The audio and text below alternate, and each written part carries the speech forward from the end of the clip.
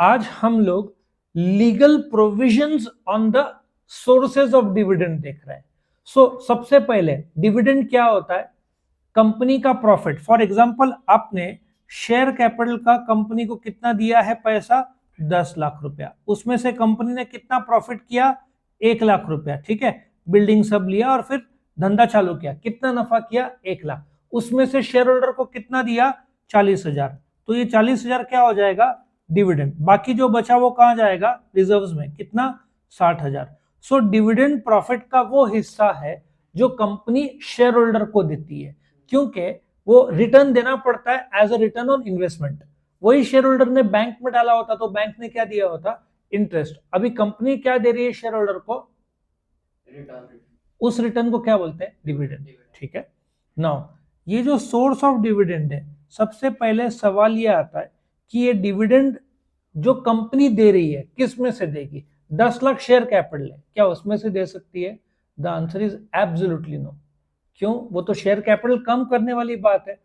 उस 10 लाख में से, जैसे आपने एक बिजनेस शुरू किया 10 लाख का और उसमें 1 लाख प्रॉफिट किया, वो 1 लाख में से घर पे लेके जाओगे। 10 लाख में से लेके जाओगे तो आपका धंधा छोटा हो जाएगा ना। भांडवल ही कम कर रहे हैं आप, तो आपका धंधा छोटा हो जाएगा। आप नफे में से लोगे पैसा खुद के लिए। पहली बात, कायदा बहुत क्लियर है कि आप डिविडेंड कहां से दे सकते हो, इसके कायदे आपको फॉलो करने पड़ते हैं। पहला, इस साल का प्रॉफिट। इस साल कंपनी ने कितना प्रॉफिट किया था? 1 लाख। पूरा तो पूरा नहीं देगी, 1,40,000, 50,000, 60,000। आपका सवाल था कि परसेंटेज फिक्स रहता है, प्रेफरेंस डिविडेंड के लिए फिक्स रहता है, इक्विटी के लिए क्या रहता है? फ्लक्चुएटिंग रहता है। ये करंट ईयर्स प्रॉफिट है, ठीक है, इसमें से डिविडेंड देगी। लेकिन आपका जो नेट प्रॉफिट है ना, जो पीएनएल में निकालते हैं, जिसमें सारे खर्चे माइनस करके, डेप्रिसिएशन माइनस करके, वो नेट प्रॉफिट में से देगी। और फिर एक हिस्सा रिजर्व में जाएगा। जैसे 1 लाख में से 60,000 रिजर्व में गया, तो बाकी का 40,000 क्या देगी? डिविडेंड देगी। ऑफ कोर्स उसमें और भी है कि 1 लाख में से प्रेफरेंस डिविडेंड रिजर्व में जाएगा, प्रेफरेंस डिविडेंड को जाएगा और फिर इक्विटी को जाएगा। ठीक है। दूसरा, out of profits of previous years. अच्छा, ये साल 1 लाख का प्रॉफिट है, हो सकता है पिछले साल का भी कुछ प्रॉफिट हो। आ रहा है समझ में? जरूरी नहीं कि डिविडेंड इस साल के प्रॉफिट्स में से देना, पिछले साल के प्रॉफिट्स में भी तो दे सकती है।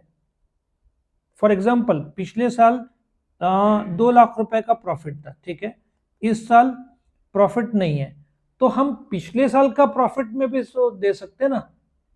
जैसे आपके पास ऑलरेडी पिछले साल का प्रॉफिट मौजूद है, इस साल धंधा, अच्छा इस साल भी प्रॉफिट किया, तो आप डिविडेंड 3 लाख में से दे सकते हो। पिछले साल का 2 लाख, इस साल का 1 लाख, ये 3 लाख में से आप लाख रुपए दिया तो भी कोई दिक्कत नहीं है। ठीक है। डिविडेंड किस में से दिया जा सकता है? Current years profit, previous years profit. ठीक है।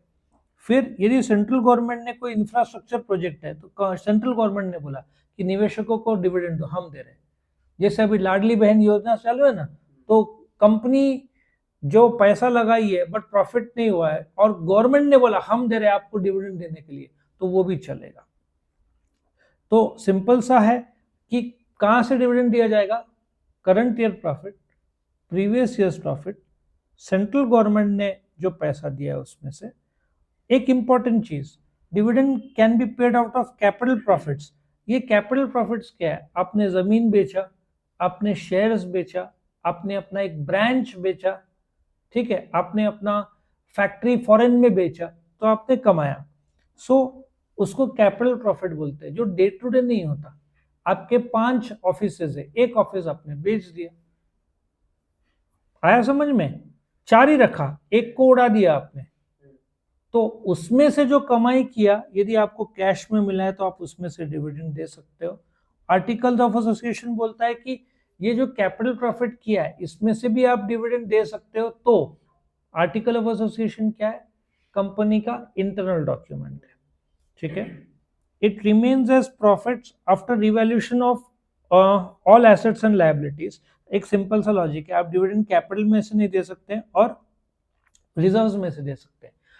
कैसे याद रखना है? 4 चीजें याद रखो, 4 या 5 चीजें। Current years profit, previous years profit, अच्छा इस साल प्रॉफिट नहीं है बट रिजर्व में पैसा है, तो क्या गाड़ी रिजर्व टैंक में से चल सकती है? यस।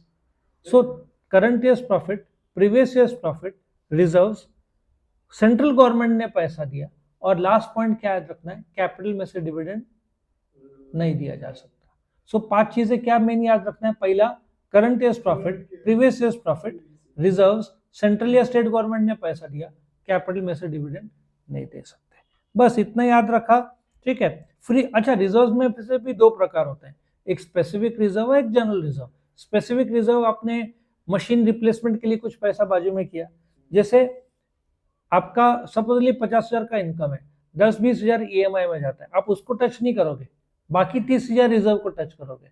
सो फ्री रिजर्व जो कुछ भी कर सकते हैं, लेकिन स्पेसिफिक जो रिजर्व है स्पेसिफिक काम के लिए बाजू में किया, उसमें से डिविडेंड नहीं दे पाओगे। सो ये था आपका legal provision on sources of dividend.